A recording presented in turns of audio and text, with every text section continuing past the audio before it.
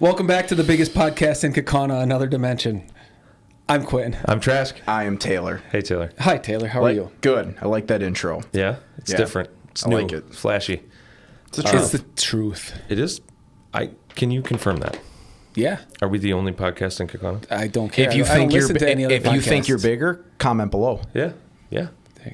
We're talking podcasts here, Those right? are Yep. Fighting words, All right. boys. Sounds good. Just podcasts.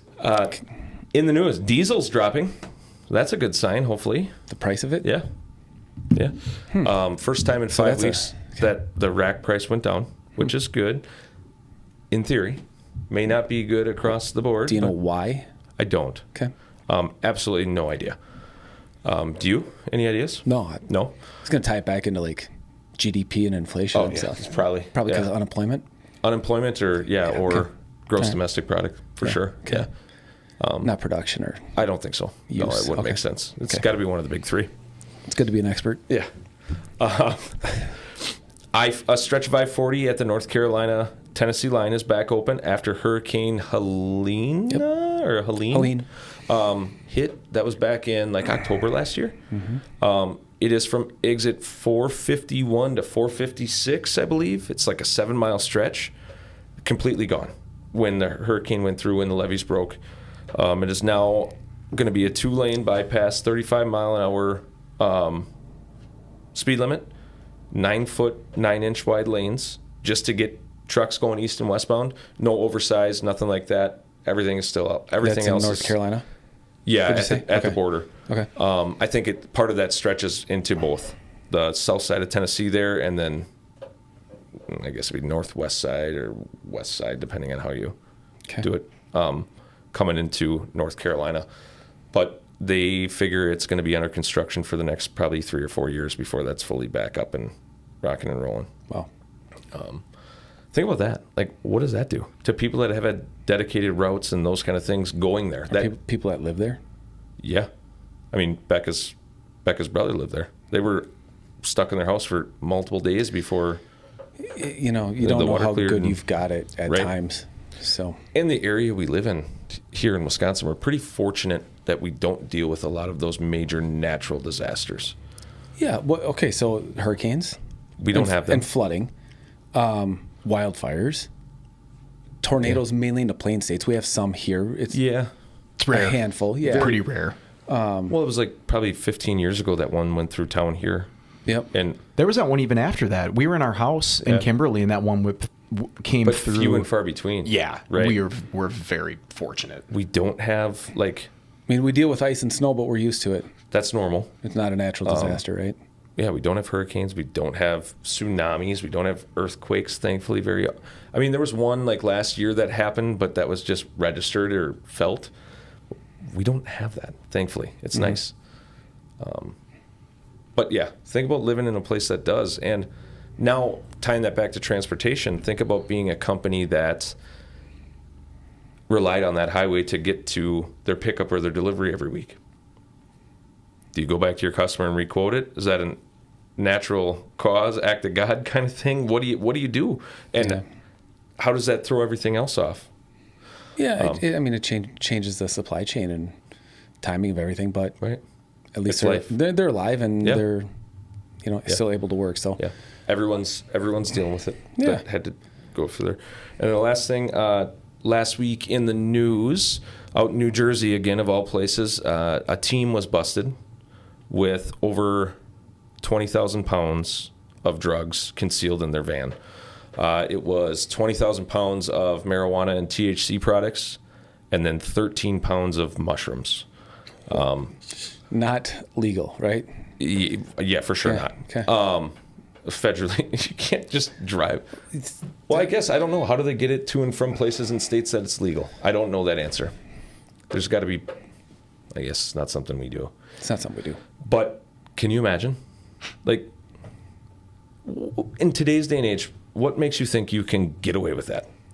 I'm sure it goes up and down the highway every day. Right. Right? That's probably one of 1,000. You take it's the cost of doing business. I don't said know. in a previous episode that cartels split it up so that they know they're going to lose X amount. So there's enough going down the road behind that to make up for it and more for profit. That's crazy. I don't. Why do you think the drivers knew? I always wonder that. Do they know what they're pulling? I don't know. I would be surprised. Was it hidden in the walls of the... Like, how do you know? You know what I mean? Yeah, it's not just sitting out. Like, if you're going to move it, I would think you would conceal it to some degree. Okay, but the driver should know then that, hey, this trailer's 20,000 pounds heavier than any other trailer that I pull. You know, you talk to people from the past, and the saying always was that you might pull something that you don't know, but once you do it, you keep doing it. And if they're paying them enough, they're not. You don't ask questions, but yep. In the back of your mind, what do you? Like the mob back in the day used to control a lot of that stuff, and hey, take this from A to B, and here's $500. Don't ask any questions. Mm-hmm. Yeah, I don't know. With the way technology is, like, you're gonna get caught. It's just, if it's not now, it's when. Yeah. Sorry for the attire today. What? I'm a little. Well, you're working. I was for flew once back here to record the biggest podcast. City's biggest podcast. Yeah. Yeah. So anyways, I was working outside. So yeah. Last week, I think our word of the week was show off lane.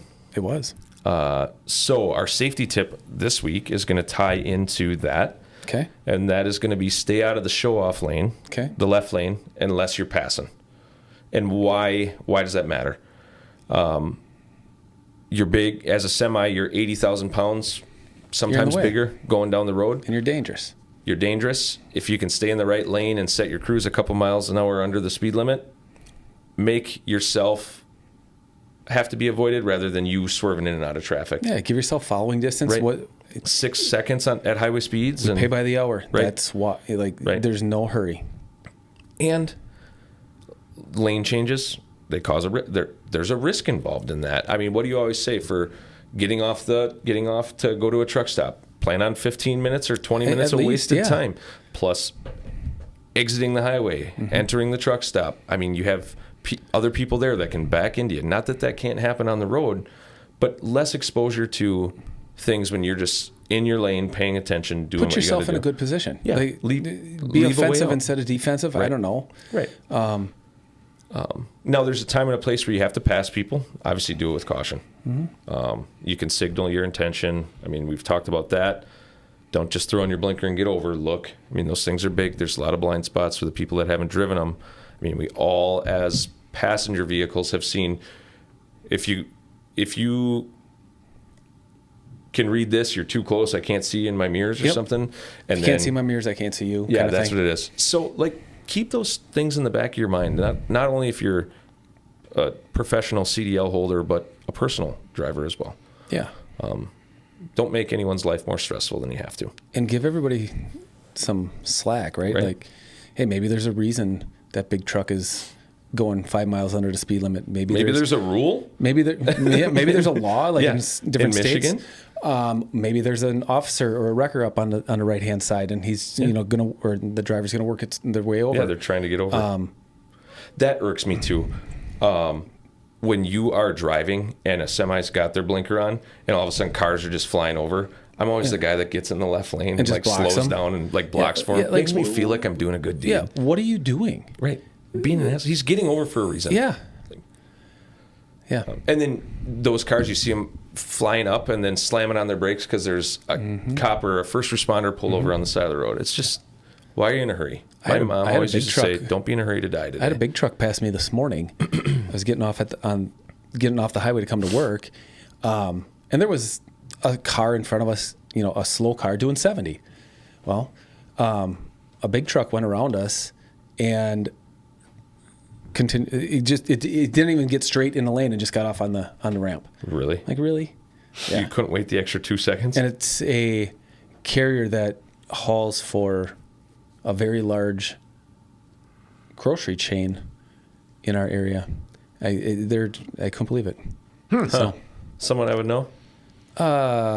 Like Tomato Queens. Oh, really? Really? Something like that. Okay. But anyway. Really? That was pretty good on the spot, wasn't it? Yeah. Sorry. Oh my God. I saw Karma yesterday. There was a dude, like, he's probably doing 85, swerving. I was on my way to get Josie, and I saw, there was enough traffic to where he didn't see the cop, but, you know, he focused his lights on. The dude, before the cop even pulled out, the dude was heading to the shoulder because he was like, yeah, that's me. That's all me, man. Last week's winner, Walter Van Drunen. I think he's a new subscriber. Thanks for liking, sharing, commenting. That's got to be a little shoot name, huh? Van Drunen? I have no idea. I don't Kakana, maybe? Maybe.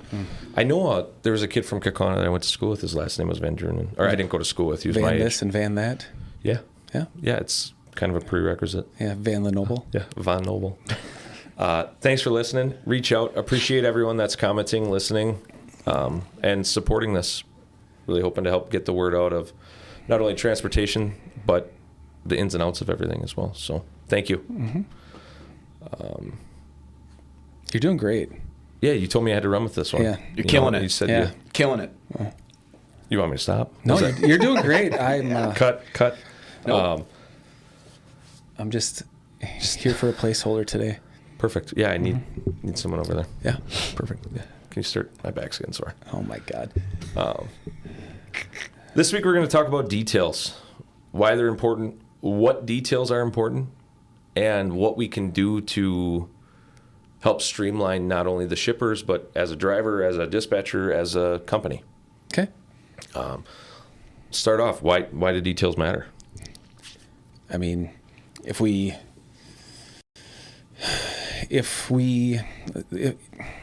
apply them to us in our company, what's the first thing I ask when I go driving? I ask you guys, hey, what am I picking up? Mm-hmm. Do you have pictures? Do you know what it looks like?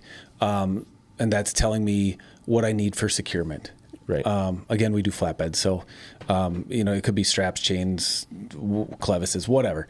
Hey, do I need to tarp it? So that's all important. So I'm prepared. Right. Second off, obviously, your basic dispatch stuff. You want to know what time you need to be there. We try to get entrance Doors. Entrance or Proper driveways way. into the place, proper routing. Yesterday we had a customer with Israel. The road's under construction. I had asked like 2 hours earlier, hey, he's going to be coming from this way. What's the best way to get in? Mm-hmm. Said, go XYZ. We did that. The road was closed. We couldn't get through, so we had to loop around and go back the other way. You're only as good as the information you get. But and in that case, things changed. 100%. They closed the road. And that's going to change from the driver. Hey, when you get there, you need to talk to Bob. Well, Bob may have called in sick today. Mm-hmm. You may need to talk to John. You need to relay those things back, right? It saves you time and frustration. How many times when we're hauling our customer freight, that stuff is to a T, right? But then when we pick up a broker freight, let's be honest, there's a lot of brokers who have no idea what they're hauling, and they're just pushing paper. There's dispatchers that don't know what we're hauling. I mean, a lot of people don't understand what they're picking up, or hey, here's the load, go get it. Yeah. But you get a pickup number or a time or something from a broker, and then you get the numbers wrong or incorrect. Or the shipper calls you, says, hey, this was supposed to pick up at 8 o'clock this morning. Yeah. The broker or pulled yesterday. a fast one and changed it just so they could get the load covered and whatever. Yep. Didn't tell anyone. So broker freight is frustrating. And what do you think the biggest things missed by brokers are in relaying to us on a rate con? Truth, let's say honesty. I don't know this for fact. I just wrote some things down. Okay. But what would your take on that be? What do you think the top 5 thing, or 2 things that brokers miss? Yep. Proper point of contact, proper address, proper pickup number, commodity, and I'm going to say any sort of special instructions, but delivery instructions or something. I put tarp, no tarp. Okay. Like if in our world, accurate description / dimensions if needed, pickup numbers, pickup addresses, and then contacts. Yeah. So kind of the same thing. Yeah. But it's all basic stuff that's dispatcher 101. But their boss is saying, hey, you can't provide the contact, all the information. I'm all for protecting your customer and me too, your business but and your it's freight. bullshit if you ask me. We have an agreement. Right. We have a contract. Right, but not everyone honors those things. Shame on them. There's crappy people out there. Don't use them again, right? Mm-hmm. We're not calling to steal your customer because we don't. We're just calling to get home. We're calling to make sure that our drivers are protected when they show up. If all of a sudden they go down this road and we should have been going the other way, so we could have got into this door or that, and you're going to be pissed off, right? Like, and that's one thing that makes us different, and that's right. In my opinion, that is good. That is what I want to see as a driver. There are some drivers who would say, "Just give me the load and let me figure it out." Right. No, let us help you. Let us work together. Because if I do that to you and then you're in a bad position, who are you going to come back at? That's me. Who's got to answer to that? Mm-hmm. Let's work together and get this stuff right. I mean, there's a prime example of that. There's a customer in town here where we couldn't go into door, I'm going to forget the door number, 8, because we'd have to back onto the lawn of the neighbor. Remember that? Mm-hmm. Special instructions. Gone over with the next couple guys after we had an issue. One guy just kind of blew it off and then backed in the wrong way and ended up in that grass, and that guy called us up, chewing us out. Right. Guess who had to pay for it and fix it? Us. We tried to prevent it. So those things all matter. I understand that brokers, I mean, there's crappy people in this industry. We've done that, but not everyone is. We're not calling to get Bob's contact information so we can call him and haul the stuff direct, because we're a project-based carrier. Unless it's Chicago, we're not there on a regular enough basis to cover those lanes. Mm-hmm. You're a broker. It's different. Yep. But all of those details being missed, we kind of hit on some of this already, cause unneeded stress that just go down the line. Extra calls, extra time, pissed off customers, pissed off drivers. Just frustration across the board. Reordering permits. What happens? I mean, okay, there's a whole nother realm to that. Yeah, it's a 10-foot wide steel plate. Okay. We can order the permits ahead of time, get there, and it's 10-foot 4. What do? If you can revise them, you will. Or it's a 12-foot wide tank. You know what I mean? Yeah, absolutely. Or it's picking up in... Well, they said it was metal. Yeah. Oh, I just assumed it was a tank. Yeah. Everything that's made out of metal is a tank. You're absolutely freaking right. Fucking idiots. But, sorry. You're going to have to bleep that out. But you said frickin'. We're good. Yeah. But, okay, what happens if you can't revise it? Who's paying for those permits? Now you're going to be mad at me that I'm going to submit an invoice to you for more permits. And now I'm going to be late because of it. Or miss a curfew. Mm-hmm. Or all that. It just snowballs. Or I run it, and now I get stopped. Just sounded like a seal or a walrus. I'm sorry. I did? No, we both did. Or. Yeah. Or you run it, and we don't do this. We would reorder it. But if you were to run it, and all of a sudden you run the risk, and now your permit's invalid. Now you're overweight. Now each axle's invalid. Whatever that may be, it's just a snowball effect that you trying to protect a customer doesn't protect anything else. I mean, talk about the reefer world. What happens if it's been a long time? I'm pretty far removed from this, but I remember picking up multiple products and taking them to let's just say a Publix warehouse, right? Yeah. And you've got mozzarella. They're big down south, right? Yeah. You've got let's just say different types of cheeses, and then you've got yogurt, and you've got this, and you got that, because it's all going to their store distribution center. And they say, hey, I only ordered 4 cases of yogurt, and you brought me 400. It happens. All the time. Mm-hmm. After they charge you $500 as a lumper to unload you. Yeah. That's just a fucking crock of shit, but I'm in a mood. Get it. You're right. So what do? Okay. You find a place to donate it. Or they say you throw it in a dumpster, which is crap, which they don't want.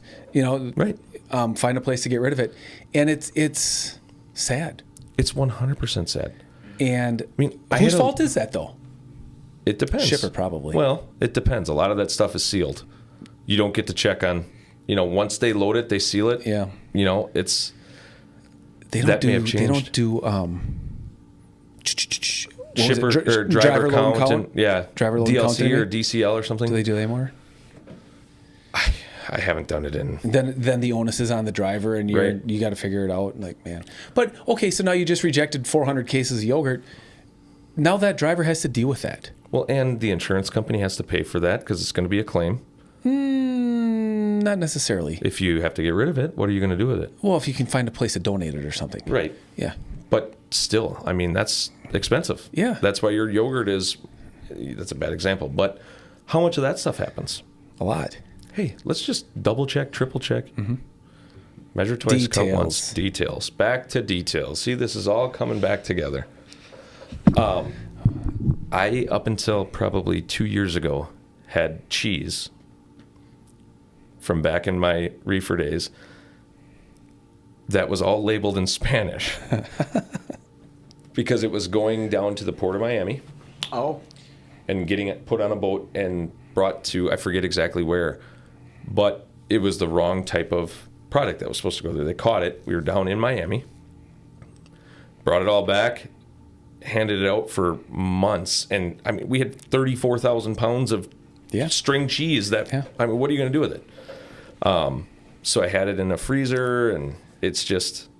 Do you know what root beer barrels are? The hard candy. I can't eat them. I love those. I had a couple pallets of that. Yeah, I used to love them too because I like candy. So not after a couple pallets. That's how I am with caramel apple suckers. Can't do it. Dang. But yeah, so think those are all little things. Or how many times have we brought measure twice, cut once? We brought product down to locations. Oh, it's 2 feet too long. Well, you're telling me you designed this whole tank or this whole beam or this whole whatever it may be to fit in this brand new building. You probably had you probably went down there, did a site study or survey, whatever, worked with engineers, worked with contractors, whoever. And this thing is still 2 feet too long? Yeah. And I think that. Or 2 feet too tall, or 5 feat too wide. It has happened and still does happen to us. But with field measuring and I don't know what systems they have. They measuring in GPS type stuff. Yeah, what do they call that? Like, is it BIM? I don't know. I don't know. But there are like geospatial studies that you can do, like site surveys. Set up your tripod, let the thing do it, send it back to your computer, done deal. But, and then the details are important, right? But what happens when details are wrong or are missed? Then what? Where I'm going with that is, where do you want to go with that? Well, then you hold each other accountable, and you learn from them. Hey, this is what we missed this. We screwed up. Hey, we just went and loaded some loads this morning. We forgot the paperwork. Yeah. That I will say I was the one that went up there. I should have known that. Do I think everybody should have known it? Yeah. But I was ultimately the one that went up there. That's my fault. I should have questioned it. So how do we learn from that? Wasn't a huge deal, but I think that's the most important thing. Learning. Yes. Moving forward, not making the same mistake more than once. I'm not perfect. No. Either am I. Taylor on the other end. He's damn close. Yeah. Damn. Just asked his wife. That felt good. Shit. We're trying to help you, Taylor. Different Taylor. But yeah, what does that do? The snowballs effect down the line. Or you're a project manager at a company. Mm-hmm. You know that the crane that was supposed to unload Thursday got pushed off till next Tuesday. Right? Yeah. You know where I'm going with this? Well, project delays and changes. How does that get passed on to other people? And how is there not a way to make sure that everyone is on? And there are Monday.com. Yeah. But yeah, like Slack and those kind of things. But like those details are important. Mm-hmm. And unless you're going to make sure that you're perfect all the time, what are those things that we can do as a company, as a driver, as a dispatcher? What can we do to perfect those things? In my simple mind, it's just a checklist. Hey, check, check, check, check, check. Now, at some point, you're going to be too busy and have too many things going on. But then you're going to have to either delegate it, or you're going to have to come up with a way to capture that information in a different way. Hey, maybe my paper checklist, which you guys love, don't work anymore. Maybe we have to do that electronically. Maybe we have to do that on an app. AI. I don't know. Well, kind of where I was going. Like those are the types of things, like the monotonous things you can start to invoicing. Is there a way to do that? You know, all those little things. But as a driver, let's pull it back to that. As a driver, okay, if something changes, let whoever you can know. Now, I'm not saying let everyone know, but the guy you talk to the most, you could let know, right? Yeah. Because, oh crap, there might be 5 or 6 more drivers going here. If I'm the first one there, I better know, hey, this happened to me. Stuart, let's relay that information. I'll give you a prime example. Stuart today is delivering down on a shipment to a job site in Arkansas. He called in. He's the first one there. He's the fall-off loads. Pulled in. He goes, guys, I'm going to provide some measurements here in a little bit, but there's no way that any of the oversized loads are getting in this way. Oh, awesome. Thanks, Stuart. And there's only 12 of those. Right. But he said, hey, I'm gonna verify, but I took up over half the entrance, and I'm legal. There's no way anyone else I don't think is going to get in here. Thank you. Let's get ahead of it. He goes, I already talked to the job site guy. There's another entrance that we can get to in on the north. Okay, that changes everything. Yep. Well, thank you, Stuart. Yeah. No, he'll hear this a week later, but whatever. It's value added and it's appreciated. But that kind of stuff. Or, hey, the directions that are in here are wrong. This is what you actually need to do. That's as a driver. Or, hey, these guys ship 25 loads a week, or they say, hey, I really liked your service and whatever. Or, hey, watch these guys when they say they load it like this all the time and it's pretty sketchy. Here's what you need to do to make sure it's a secure load. This is what I did. Yeah. So as a driver, you can do that. As a dispatcher, we can call. We can double check. We can pass on as much information as we can. We can rely on other drivers. As a company, you can go visit. You can go look at tanks. You can be involved in the process of things being built, whether it is a tank or a big project or a widget. As a customer, you can involve other people. Just because you guys are designing and... How many times does a customer say, hey, well, I wish I would have known that. We would have designed it different. Every time. Come on, let us help you. Right. It's no charge. We don't want to be in a bad position. We don't want you to be in a bad position. Well, if I would have known that, yeah, we could have just changed this and this. And, well, you know what? That would have probably saved you $5,000. Yeah. So... Or crane delays or this or that. That's the importance of working together and just asking the questions. Details. Because the details that aren't important to you are important to someone else. And that's where I'll leave this at. Perfect. They are. What matters to you doesn't matter to me. In theory. Wow. We went off there. Wow. Do you feel good? I do. I feel better. Okay. That was good. What about you? Health-wise, do not feel well. No. But I feel great talking about that because it's something I preach every day, and I feel bad at times because I know I come across as like, hey, you idiot, you should have known that. Not your intention. Is not my intention, but I suck at it. So I'm working on that, but it does matter, and it's going to make everybody else's job and life better. And that's the whole key, right? We want to streamline this. We want to make everybody less stressed. And if you don't know something, ask. Yeah. There's no shame in not knowing. There's a shame in pretending like you know and acting like you know, and then not delivering. And that's why I ask you guys a lot of questions. I'm not really involved in operations as much as I was, and I ask questions just to learn, right. or provide a different set of eyes on it. Or get us to think. Or get you guys to think. And I'm not saying you guys are doing it wrong at just a different way to look. Sometimes I am, but just hey, like, hey, did we think of this? Yeah. So. Yeah. We did not do the word of the day. What is it? Do you want one? Yeah. Black eye. Do I? Say it again? Black eye. Black eye. Okay. I walked into that one, Taylor. Yep. Do you know what Taylor it has is? to guess? Yeah. All See right. if you can go 2 for 6. Excuse me, I'm sorry. No, I'm not feeling good about this one. I am. I don't even know. I'm guessing. Are you? You know this. You All have right. to know this. You didn't know. Did you give us a clue earlier in the I don't think so. award-winning podcast? No. Are you sure? I think we're going to get an Emmy. Okay. I hand my vote off to him. You can't. Dude, I have no idea. Black eye. I've got 2 guesses actually. I know what. That's my other guess. Now I know what. I know what it is. Okay, what is it? Well, my first guess, which I was so hot on, was a ticket to give yourself a black eye because you had talked about the show-off lane earlier. Nope. But it's a burnt-out headlight. It is a burnt-out headlight. Yeah. Oh, look at that. Yep. Yeah. Just took me a while. Yeah. Fun. Yeah. Taylor, you got your trivia? Also known as a padiddle, A padiddle? I think, right? What is a padiddle? Padiddle. Is that like pterodactyl? That's the Like- question of the week. What's a padiddle? That's the trivia? It's the same thing. A burnt-out headlight? I think so. I've never heard that. Are you like saying this in a backwards language? That's El did up. Gosh.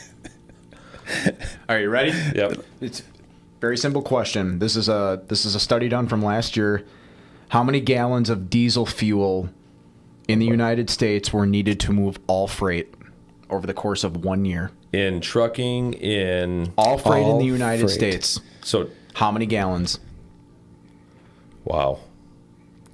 I'm going to guess more than 100. So Well, there's... my mind instantly goes to, didn't you say diesel dropped like 40 or 50 cents? no, I just said it dropped. Oh, I thought I read something. It was say it dropped 10 cents a gallon. There were some Right. places it went down pretty significantly, about I that, 10 noticed. cents a gallon times whatever your A answer is gonna be. gajillion? A lot? We could all doesn't- get $5,000 from the government. Right. Yeah. Wow. So there you go. How many gallons? I'll give you a hint. It's a lot. Yeah. Thanks. Yeah. I'm just saying for the people that are going to guess, like times 10, probably whatever you think you're going to guess. Okay. Did you say what the answer was that Walter got correct? Wheelbase. Yeah, It was wheelbase. Okay. All right. Yeah, Cool. I think I did. Thanks for listening. Like and subscribe, Amy. Yeah. Share. Stay tuned for next week. If See you you next dare. week. If you dare. See ya.